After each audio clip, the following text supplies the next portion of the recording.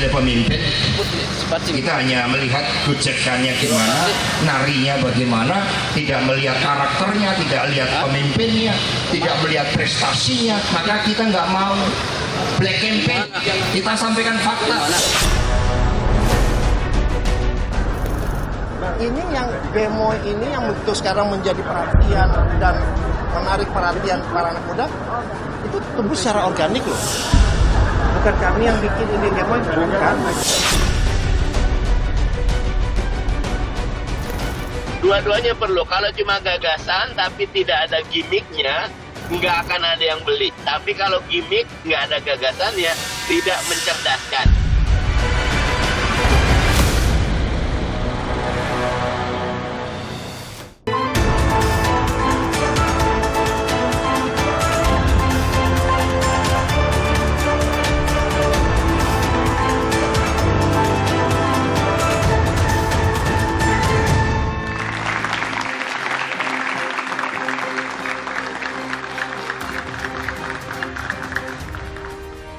Selamat malam. Jelang hari pencoblosan, 3 pasangan calon presiden, calon wakil presiden makin sibuk cari dukungan. Berbagai cara ini dilakukan guna meningkatkan popularitas dan angka keterpilihan. Tak hanya menawarkan ide dan gagasan, beragam gimmick juga dipertontonkan guna menarik perhatian. Angka pemilih muda yang tinggi menjadi magnet tersendiri. Gimmick pun dipilih menjadi bagian dari strategi guna menarik simpati. Namun pertanyaannya, benarkah lebih tertarik dengan gimmick politik untuk anak-anak muda dan juga publik? Dan mengapa pula pasangan calon dan tim pemenangan terkesan lebih mengedepankan gimmick dibandingkan ide dan juga gagasan? Kita akan membahasnya malam hari ini bersama sejumlah narasumber. Ada M. Iqbal, juru bicara Timnas. Assalamualaikum. Anies Muhaimin, malam Iqbal. Dari juru bicara TKN Prabowo Gibran, Yadi Suryadi Putra, malam Mas Selamat Yadi. malam, Audrey. Dan juga kita kehadiran dari juru bicara TPN Ganjar Mahfud, Tama S. Langkun. Mas Tama, malam. Selamat malam. Assalamualaikum warahmatullahi wabarakatuh. Dan juga kita kehadiran panelis pada malam hari ini, ada Adi Praitno, Direktur Eksekutif Parameter Politik Indonesia. Malam Mas Adi. Selamat malam semuanya. Malam hari ini kami tidak berlima, tetapi juga saya ditemani oleh teman-teman dari UIN Syarif Hidayatullah Jakarta, Politeknik APP Jakarta, dan Institut Bisnis dan Komunikasi Swadaya Swins. Dan saudara, inilah Dua Arah, saya Audrey Chandra.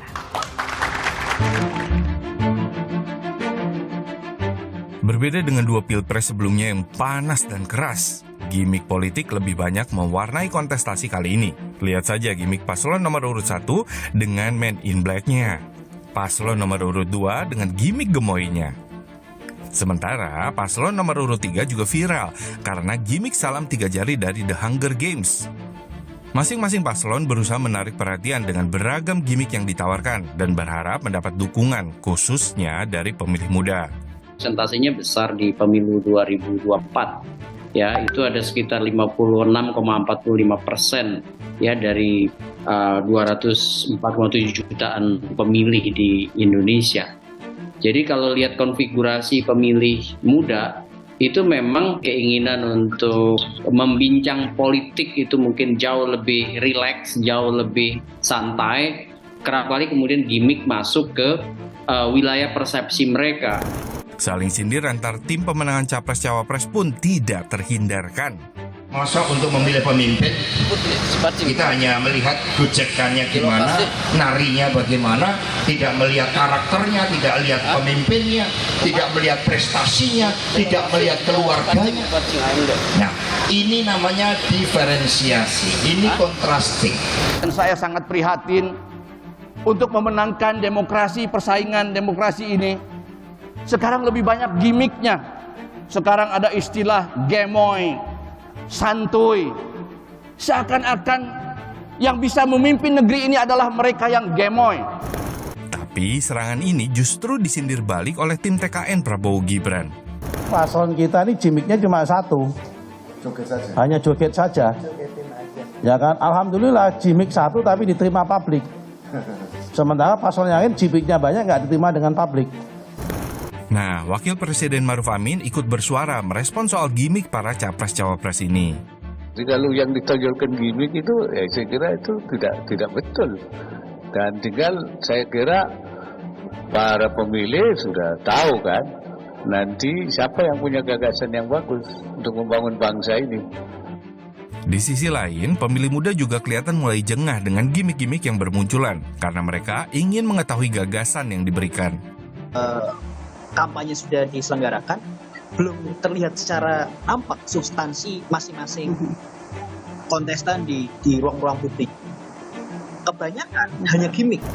Idealnya, para calon pemimpin bangsa lebih banyak menawarkan ide dan gagasan untuk Indonesia ke depan dibandingkan menonjolkan gimmick politik hanya demi menarik simpati publik.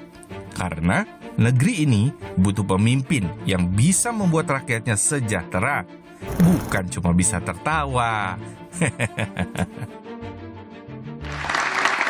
Membahas lebih lengkap soal gimmick para pasangan calon saya, yang pertama mata saya langsung tertuju sama Mas Suryo. Mas Suryo, ini kata Ketua TKN bilang kalau gimmick gemoy ini katanya organik, bukan dari kita kok. Tapi kok konsisten pakai gimmick gemoy sampai sekarang?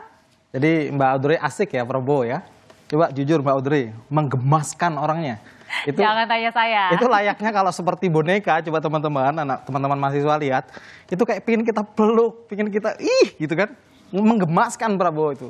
Nah, dari mana munculnya kata gemoy itu? Itu kalau menurut Ferdinand de Saussure itu kata itu hadir secara arbitrer tuh, Mbak. Itu secara mana suka. Kenapa sebuah situasi yang menggemaskan muncul menjadi rajutan kata G-E-M-O-Y, dan kenapa kata G-E-M-O-Y itu kemudian ditempelkan kepada sifat menggemaskan dari Pak Prabowo, itu nggak ada yang bisa jelaskan. Itu secara mana suka, arbitrer.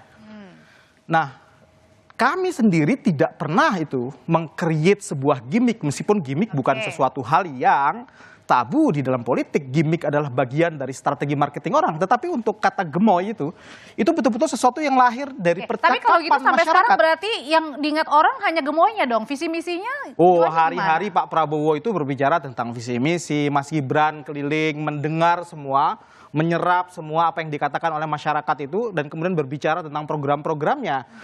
Kata gemoy itu lahir dari percakapan hari-hari masyarakat yang kita tidak bisa mengelak dari itu, dan alhamdulillah itu menguntungkan kami karena itu kemudian menghidupkan percetakan, menghidupkan industri baju. Kok kebetulan kata gemoy yang dilabeli pada kami itu justru laku di pasaran, itu aja masalahnya. Oke, kalau gitu Mas Iqbal tadi juga udah disindir nih, kalau paslon nomor 2 nih gimmicknya cuma satu, nggak ganti-ganti. Kalau yang lain-lain nih katanya ganti-ganti belum tentu diterima masyarakat, Mas Iqbal. Ya, ini kan Pak Prabowo ini udah maju 4 kali ya sama sekarang ya. 2004 dia pakai gimmick yang lain, 2009, 2014.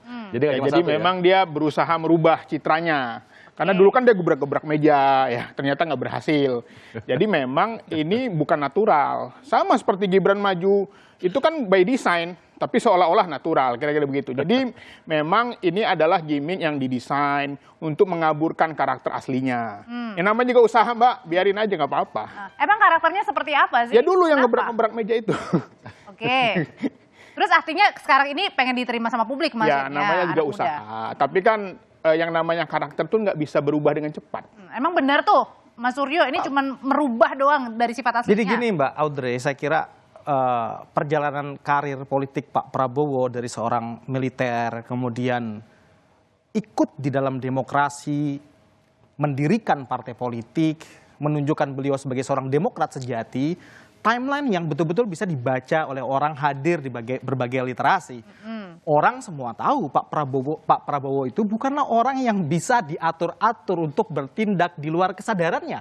Nggak ada orang yang bisa atur Pak Prabowo. Dengan kata lain mau ngomong bahwa gimmick joget itu saya pun memang melihat menggemaskan, beliau itu mengasihkan gitu loh. Oke. Nggak ada yang dibuat-buat dari Pak Prabowo. Jadi Pak Prabowo sama dengan Mas Gibran, Mbak. Itu orang yang murni, orang yang asli. Jadi kalau kata minjem kata-kata Mas Iqbal, jadi nggak akan gebrak-gebrak lagi nih? Ya kalau orang nyinyir ya kita nggak usah lawan orang yang nyinyir. Kalau kami ya alhamdulillah dari berbagai tampilan kami yang ada, itu diterima secara baik oleh publik. Tanpa kami harus jadi dia baru setelah lama berkarir, baru umur 70 baru gemoy. Waduh. Nah, kalau menari-nari Pak Prabowo dari dulu. Itu justru beliau mengangkat gitu ya? Satu peristiwa yang dilakukan oleh rakyat kita di dalam hal melakukan katarsisme ketika tegang itu berjoget-joget itu asli Indonesia. Itulah kearifan lokal kita, dan Pak Prabowo memang oleh kakeknya sejak kecil itu terbiasa begitu. Menari-nari. Jadi Pak Prabowo itu apa adanya, murni. Oke, kalau gitu saya tanyain ke paslon nomor 3 deh, Mas Tama. Ini kan kerap kali juga pasangan Mas Ganjar, Pak Mahfud juga kerap kali juga mengkritik nih, jangan hanya gimmick-gimmick aja dong, mana visi misinya. Ini kan yang penting begitu katanya. Oh ya, enggak. Kalau kita sih ngelihatnya gini Mbak Audrey ya, artinya kita tetap tidak menafikan fungsi gimmick dalam pemenangan politik, dalam kontestasi politik. Tetapi gimmick tentu saja sebagai sebuah jembatan, sebagai sebuah cara untuk menyampaikan gagasan maupun ide. Jadi setuju nggak ada gimmick apa enggak? Setuju ada gimmick, tidak masalah. Makanya Mas Ganjar, Pak Mahfud juga gimmicknya berapa kali nih berubah? Cuma ada satu ya, kita yang salam Hunger Game dengan 3 jari, ini pun juga bukan gimmick yang asal. Kalau lari nggak ya? Bukan yang asal. Kalau gimmick itu kebiasaan Mas Ganjar, lari itu kebiasaan Mas Ganjar, olahraga. Sat-sat dan segala macam itu kebiasaan Mas Ganjar dan Prof Mahfud. Jadi kalau bicara soal gaya kepemimpinan yang paling merakyat, yang suka dekat dengan masyarakat, olahraga dan segala macam Mas Ganjar. Jadi itu bukan gimmick, memang dia seperti itu. Nah kalau soal salam 3 jari, kemudian kita menggunakan gaya di Hunger Games, itu kan juga sebetulnya nggak begitu aja ada, tapi ada masukan dari teman-teman yang memang kita dekat dengan isu-isu perjuangan, isu-isu pembelaan HAM, kan itu simbol. Simbol atas solidarisme, solidaritas, maksud saya, ada simbol juga atas perlawanan terhadap HAM, ya pelanggaran-pelanggaran HAM, begitu ya. Dan ketiga itu simbol keberanian. Jadi ini juga terjadi di negara-negara lain seperti Hong Kong misalnya, itu pun juga sama menggunakan salam 3 jari itu. Jadi ini adalah inspirasi atau cara untuk menyampaikan sebuah gagasan kepada masyarakat. Jadi kalau kemudian sebuah gagasan diantarkan pakai gimmick itu sah-sah aja. Tapi kalau kemudian semuanya isinya gimmick nggak ada gagasannya, itu merupakan penghinaan kepada intelektual masyarakat Indonesia. Siapa itu yang ditujunya? Ya. Saya bilang nih, teman-teman bisa jawab ya. Maksudnya kalau sampai kemudian langsung Mas, kira-kira siapa langsung yang dituju? Hanya gimmick dan segala macam, tentu saja nggak ada gagasan, yaitu penghinaan buat teman-teman yang hari ini hadir juga. Kan kira-kira begitu Mbak. Jadi yang tadi disindirnya paslon nomor 2 apa 1 nih? Itu berlaku untuk semua. Jadi kalau kebanyakan gimmick, tentu saja yang paling banyak nggak bagus. Yang paling banyak kalau kemudian dia mengaburkan substansi. Kira-kira itu poinnya Mbak. Oke, langsung saya tanyain ke Mas Adi deh. Mas Adi sebenarnya gimmick-gimmick ini baru dimulai pada Pilpres 2024 atau sebenarnya itu merupakan sesuatu yang common sih, biasa aja? Ya sebenarnya secara prinsip dalam politik itu tak ada yang kebetulan. Semuanya itu pasti by design, pasti direncanakan. Soal gimmick-gimmick, tentang gemoy, tentang santuy, salam 3 jari, selebat sarung, itu by design, tak ada yang kebetulan. Itu dalam teori komunikasi politik disebut sebagai upaya untuk mengidentifikasi diri seorang calon kepada pemilih tentu saja. Jadi kalau ingat gemoy pasti ingatnya nomor 2. Kalau ingat selebet sarung pasti nomor urut 1. Kalau ingat salam 3 jari dan jalan-jalan plus lari itu nomor 3. Itu bagian dari komunikasi publik karena masyarakat kita sampai hari ini itu tidak suka dengan model komunikasi yang hard selling, terlampau serius, terlampau menganggap politik itu sesuatu yang hanya dijangkau oleh kalangan tertentu. Yang mereka sampaikan oleh para elit itu adalah bahasa-bahasa yang sesuai dengan kebutuhan rakyat. Jadi dalam artian dengan gimmick ini artinya mengingat jargon-jargon dari masing-masing pasangan calon. Betul, itu yang disebut dengan identifikasi diri mereka. Dan anehnya identifikasi diri ini diamplifikasi terlampau berlebihan.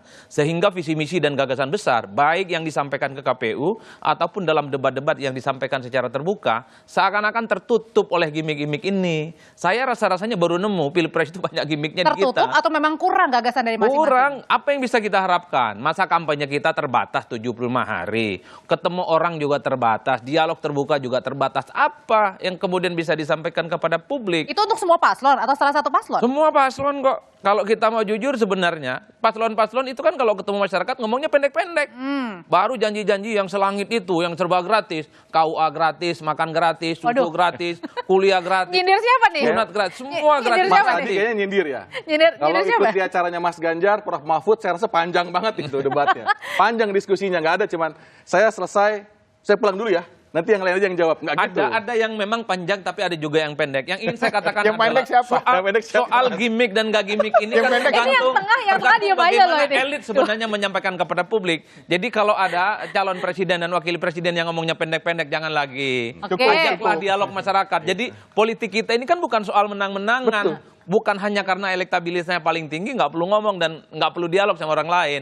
Jadi rakyat itu perlu diedukasi. 5 tahun dekat dengan rakyatnya, mereka harus diajak bicara dari hati ke hati. Bahwa mereka akan diberikan solusi yang mantap untuk perbaikan dan bangsa negara ini. Dan ini masih menjadi PR tiga-tiganya betul. nih. Dan kacaunya kadang banyak calon ini hanya meladeni perdebatannya di media sosial. Itu yang menurut saya repot. Nah, ketika ketemu dengan rakyat, ketika ada debat kandidat, ketika ada dialog, hampiri mereka, ajak dialog mereka. Temui. Demokrasi itu memang gaduh. Suka nyakitin omongan-omongan orang itu. Tapi selama untuk kebaikan bangsa dan negara ini, ya boleh usullah kita. Visi misi itu harus lebih dikedepankan. Jadi kalau boleh kita sarankan, Mbak, kurangi gimmicknya. Bahkan kalau bisa hilangkan. Kalau ketemu rakyat langsung. Kalau saya jadi presiden dan wakil presiden, semuanya akan makmur, adil, dan sejahtera. Itu aja ngomongnya. Oke, kalau gitu saya mau nanya deh ke Mas Iqbal. Bukan Mas Iqbal, tapi yang kedua nih. Karena yang 1 sama 3 tadi lumayan gaduh. Yang tengah-tengah, Mas Suryo, ini hilangin gimmick aja deh. Yang penting kasih aja visi misinya, kasih tahu ke rakyat. Enggak, sekali lagi kata-kata muncul secara arbitrer tadi. Secara mana suka, kita nggak bisa menstrukturisasi percakapan publik, apa yang sedang digandrungi oleh orang, termasuk terhadap kami, diidentifikasi sebagai gemoy. Itu sesuatu yang betul-betul muncul dari percakapan publik tanpa kami bikin-bikin. Jadi tentang gimmick saya kira tentu semua calon punya strategi. Semisal kami menangkap ide gemoy, ternyata gemoy atau menggemaskan sebagai cara masyarakat mengenali kami, ya kami terima saja tanpa merubah pendirian 2 calon kami di antara 3 paslon. Gitu, orang yang paling murni itu Pak Prabowo dan Mas Gibran, nggak dibikin-bikin. Mas Gibran kalau jalan begitu-begitu saja, kata orang, oh begini-begitu, santai aja, nggak beliau rubah itu. Nggak dibikin, nggak dicitra-citra, nggak dipolos-polos, apa adanya Pak Prabowo. Apa adanya. Kalau gitu, kalau apa adanya kata Mas Suryo, pertanyaan selanjutnya nanti, kalau gitu berani nggak adain gimmick lagi yang enggak, tentang gimmick itu bukan sesuatu yang harus kita tahan dulu, tetap bersama kami di Dua Arah.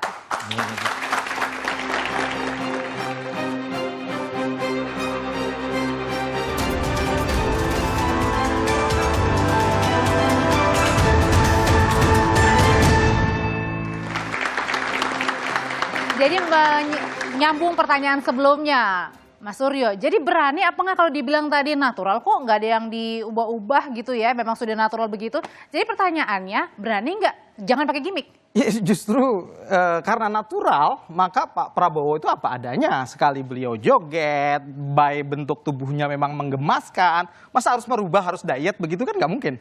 Nah, maksudnya mungkin yang dipertontonkan jangan kebanyakan jogetnya gitu. Murni, itulah beliau apa adanya, realitas beliau, disiplin, tegas, itu nggak berubah. Tetapi kemudian publik menangkapnya sebagai gimmick, ya it's okay. Gimmick bukan sesuatu yang dilarang di dalam politik. Tetapi tentang gagasan semisal, hari-hari Pak Prabowo itu menyampaikan gagasannya dengan postur beliau yang seperti itu. Semisal, susu gratis terhadap 82,9 juta rakyat Indonesia. Kebutuhan susu per anak itu, Mbak, itu 200 ml per hari. Artinya kalau 82,9 juta rakyat sebagai objek penerima dibutuhkan 16,5 juta liter. Ini kan nggak bicara gimmick. Nah, saya harus menyampaikan inilah program yang kami sampaikan yang kemudian ditangkap sebagai gimmick. Karena ada juga yang akan disampaikan oleh Mas Gun-Gun soal gimmick ini. Tadi kan katanya gimmick jangan dilarang dong. Lah ini loh gagasannya saya mau sampaikan. Kita lihat dulu. Kita ingin memberi penyadaran bahwa semua calon, semua pasangan penting untuk mendudukan gagasan ini sebagai basis. Nah, kalau kemudian tidak dimanfaatkan dan justru misalnya gimmick lebih dominan, maka itu tentu berpotensi untuk kemudian membuat kampanye kita jalan di tempat dan konsolidasi demokrasi kita mandek. Gimana Mas Iqbal melihat pernyataan dari Mas Gun-Gun, jangan kelebihan gimmick? Karena bisa menurunkan tadi demokrasi justru. Ya memang tadi kita ini mengikuti pesta demokrasi itu bukan soal kalah menang saja. Tapi kita ingin mendidik masyarakat kita bahwa memang memilih pemimpin itu banyak pertimbangan. Jangan sampai mereka tertipu, dibohongi dengan apa yang disebut dengan gimmick tadi. Karena kadang-kadang gimmick ini menipu juga. Kelihatannya orangnya cantik, kelihatannya orang baik, ternyata setelah menikah beda rupanya gitu. Karena selama dia berinteraksi dia tidak mendalami. Makanya bagi anak-anak muda, bagi para pemilih, dalamilah rekam jejaknya. Ini penting. Bagaimana ketika mudanya, bagaimana keluarganya, bagaimana kinerjanya. Makanya dalam kampanye itu sebenarnya bukan lagi seandainya kalau akan, tapi dia harus menyampaikan apa yang sudah dia lakukan. Contoh Mas makan Anies, gratis nih tadi, itu udah dilakukan di DKI sejak lama misalnya. Tapi Mas Anies dan juga Caimin kan juga menggunakan selepas sarung tuh. Ya, tapi tidak sebanyak sekali doang, tapi viralnya sampai sekarang. Jadi memang itulah efek dari gimmick tapi gimmick yang sebenarnya hanya sebatas ya pemanis aja. Contoh hari ini saya di antara pakai ini kita paling santai nih. Kenapa? Karena kita ingin menampilkan politik yang demokrasi, yang bahagia. Karena kadang-kadang ada juga pakai gimmick yang katanya santuy tapi dikit-dikit lapor, wartawan diancam-ancam. Ya, jadi memang nggak santuy gitu loh. Pada prakteknya nggak santuy gitu loh. Jadi harusnya gimmick dipraktekkan juga dengan sikap, dengan kesantunan, gitu. Oke, dengan santun tuh katanya gimmick, Mas Suryo? Ya justru kami yang dikenal oleh masyarakat sebagai santuy itu. Ada nggak yang lain yang dilabeli oleh masyarakat? Artinya itu bukan gimmick, itu adalah bahasa hari-hari rakyat. Sekali lagi, yang disampaikan oleh paslon kita di mana-mana itu adalah program, gesturnya ditangkaplah sebagai gimmick, itu bukan dari kami. 16 juta liter susu per hari yang dibutuhkan untuk memberikan kepada 82,9 juta orang, Mbak. Coba bayangkan. Sapi perah itu, kapasitas perah sehari itu 12 liter. Yang artinya untuk 82,9 juta rakyat yang akan diberikan susu dibutuhkan 1,4 juta sapi. Siapa yang dapat proyek? Kapasitas sapi perah kita ini yang akan saya sampaikan. Yang dapat proyek siapa nanti? Kapasitas sapi perah kita, Mbak, hari ini di Indonesia hanya ada 600.000. Artinya dibutuhkan 800.000 sapi perah tambahan. Bayangkan itu akan menggerakkan ekonomi rakyat, akan digerakkan oleh koperasi, akan ada nanti kita membangun satu badan. Itu nanti siapa yang mimpin tuh katanya? Lah itu kami akan membentuk badan baru, Badan Pengawas Gizi Masyarakat. Badan itu akan ada di pusat, di provinsi, sampai di kabupaten. Di kabupaten nanti akan dikelola oleh koperasi dan makanya oleh koperasi dan BUMD. Mas Iqbal dulu sama sama dia belum ngomong nih. Enggak, karena gantian ngomong. Jika 800.000 sapi itu yang baru ini akan diberikan kepada rakyat berbasis rumah tangga dengan 2 sapi berap 400.000 rumah tangga, Mbak. Yang akan tergerak ekonominya itu. Itulah gagasan, ini bukan gimmick. Iya, Ketika kita berbicara gagasan kan diarahkan ke gimmick terus. Oke. Tengah-tengah dulu, Mas Adi dulu. Justru banyak bicara visi misi itu adalah para jubir dan tim sukses. Calon itu bahkan jarang sekali bicara tentang visi misi dan tim sukses. Bahkan anehnya gimmick-gimmicknya itu juga muncul di timeline, muncul juga di spanduk. Jadi yang paling capek tim ses dong ya? Mestinya kalau tidak mau menggunakan gimmick terlampau overdosis, mestinya yang muncul di spanduk-spanduk misalnya nomor 2, Prabowo Gibran, susu gratis, makan gratis, itu diamplifikasi di mana-mana. Kemudian pasangan Amin, kuliah gratis sampai tuntas. Pilih Amin, misalnya Pak Ganjar, apa itu? Misalnya soal kuliah gratis misalnya, pendidikan gratis, ataupun misalnya rumah sakit setiap desa. Itu kan bagus, muncul di timeline, muncul di setiap spanduk, muncul di setiap baliho dan seterusnya. Ini masalahnya, gimmicknya itu ada di spanduk dan baliho. Orang melihat mana nih visi misinya. Itu yang repot. Oleh karena itu bolehlah gimmick, tapi seadanya. Yang utama tetap substansi. Ketemu orang bilang, kalau saya jadi presiden Republik Indonesia, kemiskinan dan pengangguran akan dikurangi. Kan itu yang dibutuhkan rakyat. Rakyat itu sangat tergantung bagaimana elit bicara. Maka kemudian akan dibicarakan. Kalau elitnya nggak gimmick, rakyatnya nggak gimmick. Kalau elitnya banyak gimmick, rakyat juga akan banyak gimmick. Nggak bakal itu.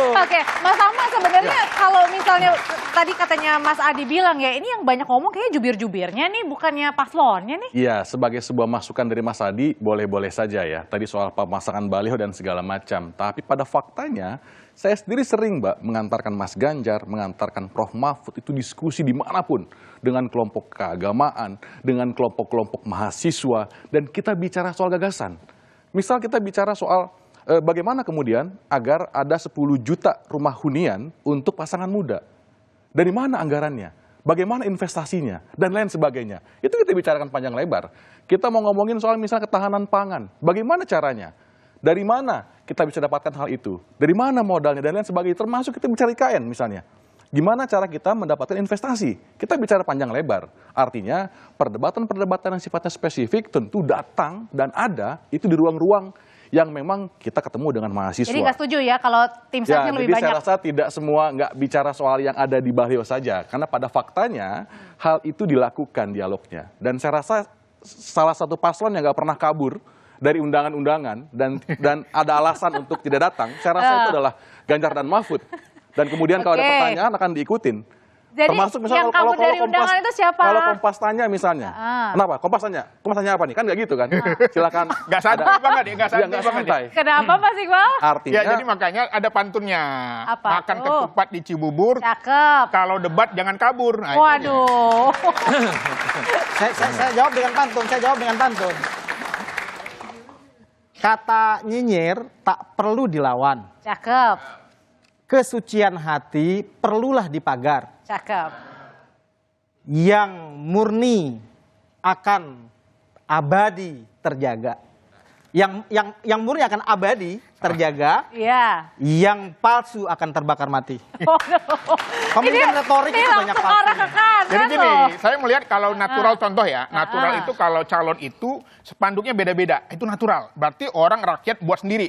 Tapi kalau seragam semuanya, se-Indonesia desainnya itu namanya by design, gitu loh. Sama juga gimmicknya gitu loh. Jadi sebenarnya kita harus membedakan. Jadi rakyat itu harus cerdas, adik-adik mahasiswa, pada masyarakat Indonesia cerdas. Mana yang natural? Tapi kan sah-sah mana yang aja by kan kalau design. dimanapun kan?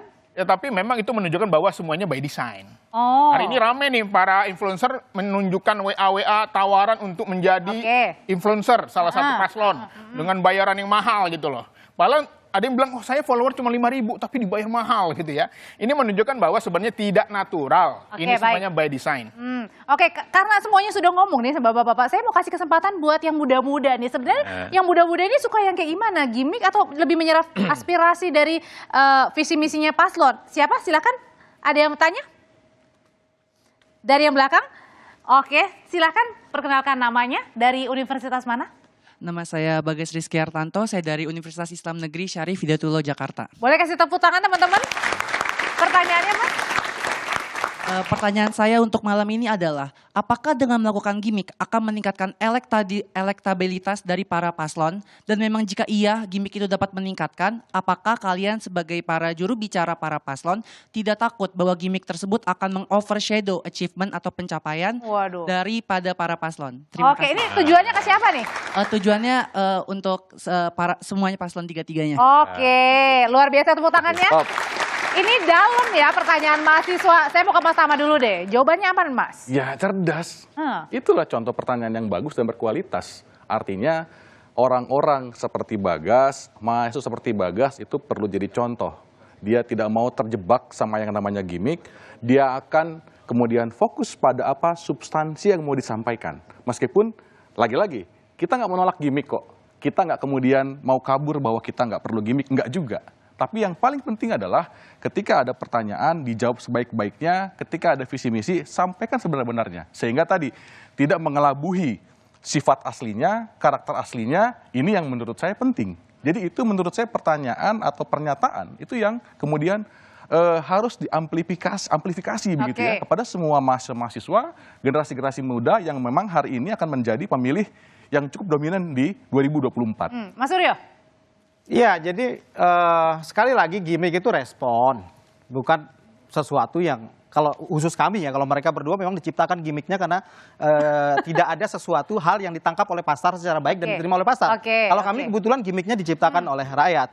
Apa yang menjadi gagasan kami itu adalah 82,9 juta telur tiap hari yang akan kami berikan kepada rakyat. 82,9 juta itu tahu nggak produksi telur nasional kita 83 juta. Artinya 98% telur. Itu berarti akan janji kita ya. ambil. Ini bukan janji, ini program quick win kita. Kita punya program quick win yang harus cepat selesai. Pada awal-awal kami menjabat. Itu artinya 98% telur produksi nasional itu akan kita habiskan untuk program quick win Dikit kita. Mas Iqbal, sebelum kita Jadi mengalami. akan tumbuh, ada harapan bagi peternak telur. Di seluruh Indonesia Jadi akan makanya tumbuh kalau ekonominya dengan kami. bicara tentang makanan masyarakat, memang harusnya kampanye kinerja lebih baik.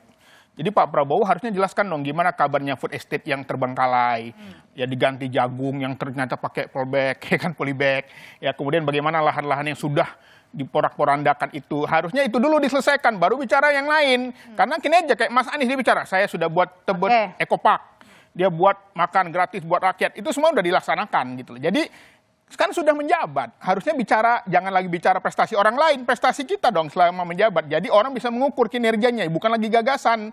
Ya, karena sekarang sedang menjabat, apa yang dilakukan selama menjadi menteri? Sampaikan. Ya kan, misalnya bagaimana negosiasi antara Ukraina dan Rusia berhasil atau tidak, bagaimana pesawat tempur bekas yang dibeli, kabarnya begitu dong harusnya. Jadi masyarakat bisa melihat pinjaman tapi dibeli gitu loh. Barang bekas tapi dibeli misalnya. Karena gini Mas Iqbal, ini Mas Anies juga menyebut ya kalau memang sudah punya ada ide dan juga gagasan, nggak perlu dong banyak jogetnya buat narik suara. Nah, lebih lengkapnya nanti kita akan kembali lagi, tetaplah bersama kami di Dua Arah.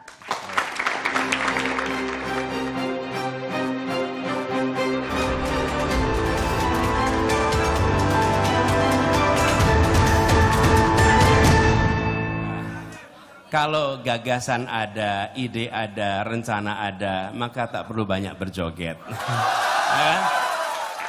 Kalau gagasan banyak nggak perlu banyak berjoget, Mas Suryo. Kalau gagasan banyak, kata Mas Anies, nggak perlulah joget. Itulah lucunya Mbak, dua teman saya ini, memang yang dilihat dari pasangan kami hanya sosoknya. Padahal hari-hari pasangan kami berbicara tentang apa yang akan peta jalan yang akan dibangun untuk membawa harapan dan kecemasan publik ke depan. Nah, ada Presiden Amerika atau Roosevelt berkata itu Mbak, sebagai kritik saya terhadap dua kawan saya ini, orang dengan otak kecil yang dibicarakan sosok, ya gimmicknya, sosoknya, orangnya, Prabowo, Gibran terus yang dibahas itu tanpa mempromo calonnya masing-masing. Orang dengan pikiran sedang, otak sedang, yang dibicarakan peristiwa itu. Dan orang dengan pikiran besar, otak besar yang dibicarakan itu ide dan gagasan. Maksudnya? Maksudnya mereka berdua otak kecil, karena yang dilihat dari paslon kami itu adalah sosok dan gimmicknya doang. Hari-hari kami berbicara tentang gagasan kami. Kami berbicara tentang bagaimana menaikkan pertumbuhan. Kalau kita yang ngomong Mbak, kayak gini terlapor kita langsung Mbak. Tahu nggak? Semisal saya bilang, otak kecil, pasti terlapor saya Mbak langsung. Ya, itu kan saya katakan Roosevelt tadi. Itu kata Roosevelt. Langsung terlapor. Tentang lumbung pangan nasional tadi, food estate itu, jangan salah mengkritik tentang food estate. Per tahun penyusutan lahan pertanian kita itu 150.000 hektar.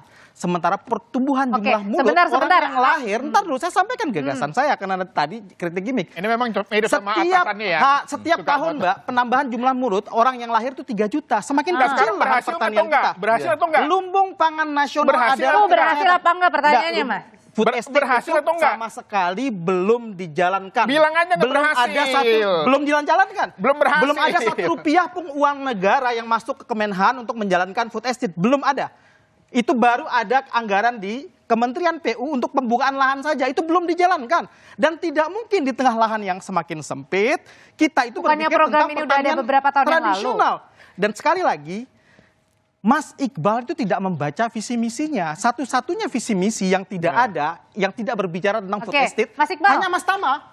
Di dalam visi misinya ada, lumbung pangan nasional itu ada. Akan ditaruh di NTB, akan ditaruh di Sulawesi. Silakan. Visi misi itu sesuatu yang terbuka. Itu food estate nggak logis. Masa ada di lahan di Kalimantan dibangun? Ada di visi misinya. Anda udah baca belum ada food estate? Jadi makanya tadi nggak baca visi misinya, inilah lucunya. Karena yang dilihat adalah sosok. Ya, harusnya disampaikan. Harusnya gentleman. Ini contoh nih, ngomong otak kecil. Ini menunjukkan atasnya begini nih. Gini kelakuan 02 ngomong kita otak kecil. Roosevelt itu kata Roosevelt. Orang yang melihat sosok. Udah, orang yang melihat sosok itu nggak sesuai dengan Oke, baik. Lapor-lapor, wartawan ditakut-takutin. Dari 3 visi misi yang tidak ada food estate hanya Mas Tama di Mas Ganjar, karena Mas Ganjar basisnya adalah pertanian tradisional. Di pasangan Amin di dalam visi visinya ada food estate. Kemudian mengatakan food estate tidak rasional. Itu bukan lucu. rasional. Beliau tidak membaca. Saya nanya food estate Anda gagal atau enggak? Belum dijalankan. Kami belum menjabat. Jalan olahannya udah Kami belum menjabat. Mas Adi, silakan Mas. Ini Mbak. Ini clear. Ini menurut saya belum ada 1 rupiah pun uang negara yang ini menurut saya bahayanya dari gimmick itu. Menutup wajah aslinya.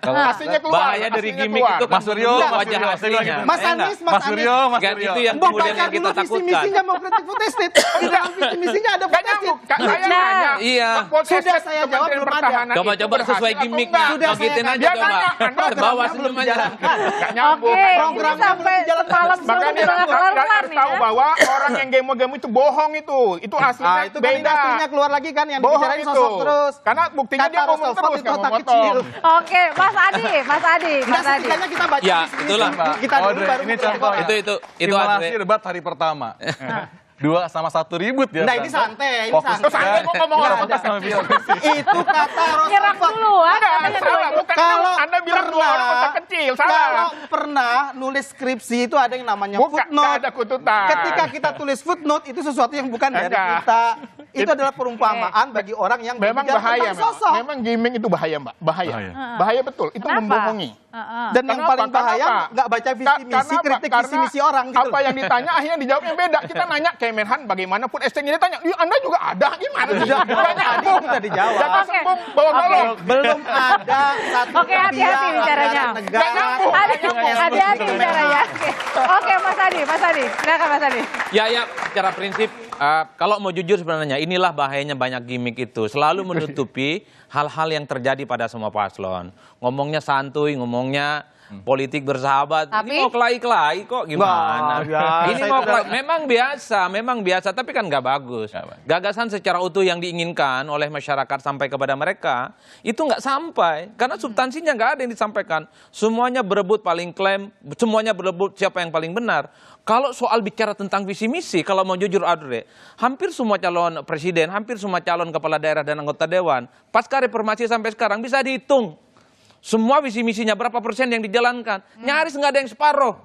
Visi misi itu janji politik, angin surga. Meski yang terjadi sesungguhnya adalah angin neraka yang didapatkan. Banyak kok persoalan-persoalan yang nggak tuntas. Yang ingin saya katakan adalah, siapapun paslon yang bertanding di 2024, jangan pernah percaya 100%. Ini hanya sebagai sebuah janji politik supaya mereka Ini itu untuk dipilih. masing-masing paslon nih? Semuanya 1, 2, dan 3. Kalau mau jujur sebenarnya, cerita kesuksesan masing-masing.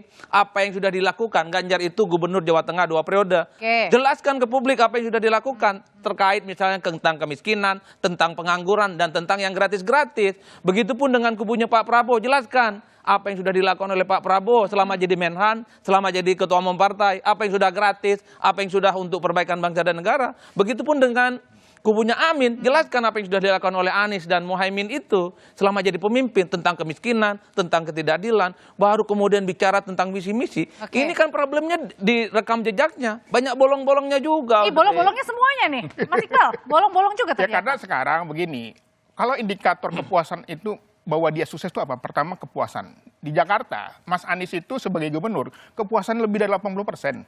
Ya, makanya saya kalau nanya orang mengkritik Jakarta, saya tanya, Anda tinggal di Jakarta nggak? Yang tahu ya orang yang tinggal di Jakarta. Ini kadang-kadang makanya orang banyak melihat bahwa kepuasan itu selalu subjektif. Ada yang bisa mengaku, saya adalah anggota DPR yang paling terbaik. Siapa yang menilai? Gitu loh. Makanya tadi ini penting tentang rekam jejak, kinerja. Ya, kinerja ini penting karena dia sudah jadi, dia masih. Yang anehnya adalah dia calon tapi yang dia banggakan hasil kerja orang lain gitu loh. Misalnya ada mau sekarang pemerintah sekarang gitu ya, presiden sekarang, padahal yang maju bukan bapaknya tapi anaknya, itu beda gitu loh. Harusnya yang disampaikan adalah apa yang sudah dia lakukan sebagai menteri. Mas Suryo. Ya, kami jelas positioning kami itu adalah keberlanjutan dan Tapi keberlangsungan. katanya kasih lihat dong apa kinerja dari Pak Prabowo. Katanya tadi jangan kemudian yang lain begitu. Enggak, kami itu positioningnya karena kebetulan beliau itu kan adalah mengkritik positioning pemerintahan hari ini. Kalau kami tidak, karena kami melihat baseline yang baik yang sudah dibangun oleh pemerintahan Pak Jokowi. Di program kami tentang makan gratis, misal itu dibangun pondasinya oleh Pak Jokowi. Pak Jokowi itu memimpin Indonesia tahun 2019, tahun 2014 itu, angka prevalensi stunting kita tumbuh 37%. 2022 tahun kemarin itu prevalensi stunting kita itu sudah 21%. Bayangkan dari 37 ke 21. Dan Pak Jokowi akan mengakhiri masa jabatannya dengan prevalensi stunting itu 14%, jauh di bawah yang distandarkan oleh WHO. Kenapa lagi kami kemudian membangun program berdasarkan keberlangsungan data-data ini penyampaian visi misi di sini nanti. Pemerintahan kami itu sustain, Mbak. Kita juga boleh dong menjawab tantangan Mas Adi kan tadi. Bagaimana kemudian Mas Ganjar di Jawa Tengah. Kalau kita bicara soal angka kemiskinan, memang di angka BPS ada yang cukup memang signifikan di Jawa Tengah. Tapi cara membaca sebuah data BPS adalah melihat siapa yang paling cepat mengurangi. Nah, dalam konteks angka yang sama, data yang sama, Jawa Tengah itu paling cepat dibanding dengan provinsi lainnya. Tapi buktinya tadi kata Mas Adi bilang masing-masing paslon ini nggak menyampaikan apa kinerja baiknya. Makanya kita sampaikan tadi soal angka kemiskinan. Bagaimana kemudian itu bisa diturunkan.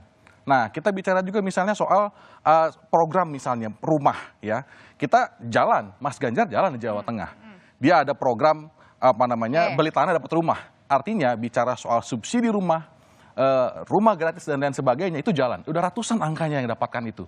Dan program sampai dengan saat ini itu terus berjalan. Dan terakhir Mbak, kalau kita bicara soal pemberantasan korupsi yang sudah jalan kurikulum anti korupsinya di tingkat SMP dan SMA, ya tempatnya Mas Ganjar Pranowo di Jawa Tengah. Nah kalau gitu pertanyaannya adalah konkret. Gimik nginep di rumah itu nyampe pesannya ke warga. Tahan dulu Mas Tama, usai jeda nanti kita akan kembali. Saya jelaskan.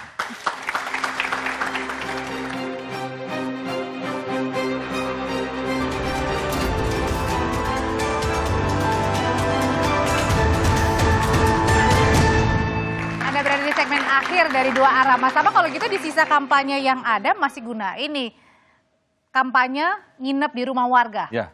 Ya, saya rasa itu adalah cara paling efektif. Jadi kalau kita bicara soal bagaimana kemudian mendekatkan sebuah figur kepada masyarakat, ya kita harus hidup dengan cara mereka. Kita harus tahu bagaimana mereka hidup. Dan poinnya ketika Mas Ganjar menginap di rumah warga, itu kan dia mau melihat, mau ngecek program perumahan yang diberikan itu layak apa enggak. Itu sama kayak belusukan enggak? Sama dengan belusukan. Dan memang model dari gaya pemimpinan Mas Ganjar ya belusukan. Dia jalan karena kemari, dia sat-set ya, dia beresin semua isu-isu yang kemudian jadi masalah di ruang publik. Dan juga Mbak, tidak hanya bicara soal perumahan atau nginep di rumah warga, kita pun juga sama mendapatkan, meminta masukan dari pengusaha misalnya. Gimik nginep itu efektif? Ya saya rasa itu bukan soal gimmick Mbak, itu kan betul-betul ingin tahu. Dia harus tahu siapa yang dia bantu, bagaimana hasilnya. Sehingga kalau kemudian kita akan bilang dalam visi misi kita akan berikan 10 juta rumah hunian untuk pasangan muda. Itu mungkin nggak? Mungkin. Kenapa? Karena pada saat dibangun, rumahnya ada, orangnya betul bisa hidup, dan kita tahu. Dan itu diperoleh salah satunya dengan nginep di rumah warga ya. Jadi Mas Surya, kalau misalnya untuk Pak Prabowo gimana sih meyakinkan, kalau tadi kan dibilangnya gimmick-gimmick aja, terus gimana caranya untuk mengedepankan visi misinya nih di sisi akhir? Alhamdulillah ya Mbak. Kami hari ini survei kami cukup tinggi, menjelang 1 bulan lebih sedikit menuju pencoblosan, artinya penerimaan masyarakat terhadap apapun yang sudah kami lakukan, cara-cara yang kami lakukan, strategi-strategi yang kami lakukan itu diterima baik oleh masyarakat. Bahkan sudah ada beberapa lembaga survei yang menempatkan mendekati 50%. Kami bersyukur dan kami berterima kasih kepada publik. Terakhir, demokrasi itu HIV-nya itu bukanlah pada orang, jadi tetapi artinya pada sistem. Nggak perlu kampanye yang berat-berat nih? Tidak juga, kami bahkan karena kedua-duanya paslon kami adalah seorang pejabat negara, Pak Prabowo bahkan hanya mengambil 2 hari dari jadi bukan karena hari di atas kerja. angin ya? Yang banyak keliling keluar itu Mas Gibran. Dan kita lihat Mas Gibran bagaimana beliau menyerap berbagai ide-ide yang ada di masyarakat. Jadi Mas Gibran itu punya kemampuan untuk menurunkan ide-ide besar Pak Prabowo sebagai seorang pemikir besar. Dan ini adalah 2 jembatan pengertian yang sangat baik antara tua dengan muda, dan inilah harapan kita. Baik, pasangan Amin ini kan identik dengan retorika, terus kemudian juga sebaliknya ya menyerang begitu. Nah, apakah ini juga masih dipakai di sisa-sisa? Ya, saya kira yang kita lihat adalah konsistensi. Kalau memang santuy, gemoy, jangan suka lapor-lapor wartawan, jangan suka ngancam melotot-melotot wartawan, jangan suka lapor-lapor polisi kalau ada masalah. Ya, kalau nggak mau jabatan nggak usah nyalon. Ini nggak mau jabatan tapi tiap tahun nyalon, tiap periode nyalon. Ya, jadi konsisten itu penting menurut saya, karena sesungguhnya berilah kesempatan kepada anak-anak muda yang lain, bukan hanya itu-itu saja. Oke, Mas Adi, jadi apa yang perlu diperhatikan masyarakat dan juga masing-masing paslon di sisa akhir kampanye? Kalau saya sederhana, lihatlah rekam jejak ya. Jadi di sini kan banyak anak muda dan ada mahasiswa. Semua kontestan yang bertanding di 2024 adalah mereka yang pernah menjadi pejabat publik nomor 1, nomor 2, dan nomor 3. Lihat siapa yang banyak kerjanya dan siapa yang banyak bohongnya.